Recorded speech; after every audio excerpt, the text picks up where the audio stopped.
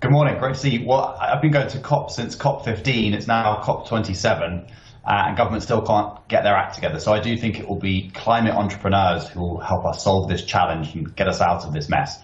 And we've been seeing incredible innovation across such a broad array of technologies, whether it's alternative protein, biomanufacturing, a huge amount of work in renewables, the cost of which has come down enormously over the last 10 years. So the good news is that there are entrepreneurs working across every part of the economy to get us to that net zero by 2050. Will they be able to do it in time, though? I mean, one of the issues that we've been told about from the COP conference is that we're running out of time, and any new technology which might be in the pipeline is going to take some time to get into to widespread use.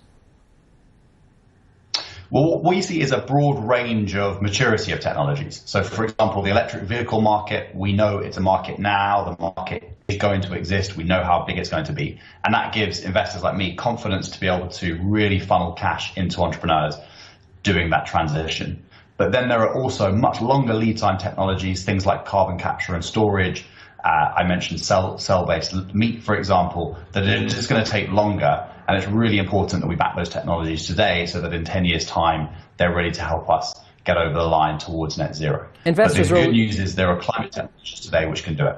Investors, James, or Tommy, I should say, are always going to follow the money, aren't they, or follow the profits. And I wonder where you see the greatest scope, and which areas of climate change you see the greatest scope to actually to make some money, make a return. Look, I mean, we know what the downsides of climate change are. We know what the risks are. They're already upon us, and it is quite gloomy. But the good news is this is also the economic opportunity of the century. There is an enormous opportunity to create value, to create jobs, and to completely green our economy. And we see that happening already. If you look at some of the most valuable startups of all time, many of them are climate technology companies, whether it's Tesla, with what Elon Musk has done, however controversial, has dragged that entire industry into the electric era, and we've seen something similar with companies like Rivian.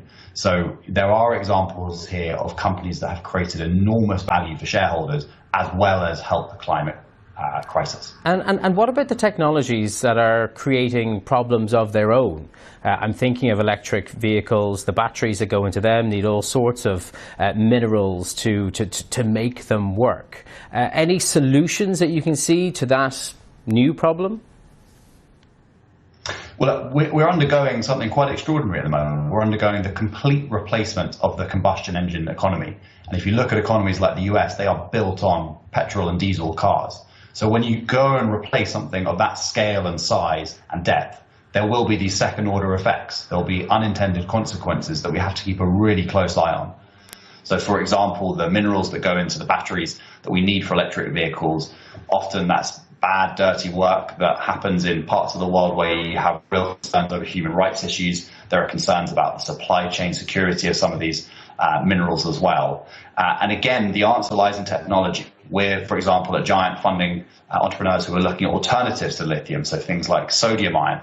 And there are lots of great pieces of work happening in universities in the UK, for example, to create alternatives to lithium-ion batteries that can help us have that supply chain security. So the answer to so many of these problems in climate always, I think, comes back to technology and how quickly we can scale up that technology to meet the demands. Okay. Tommy Stadlen of Giant Ventures, thank you very much for joining us today.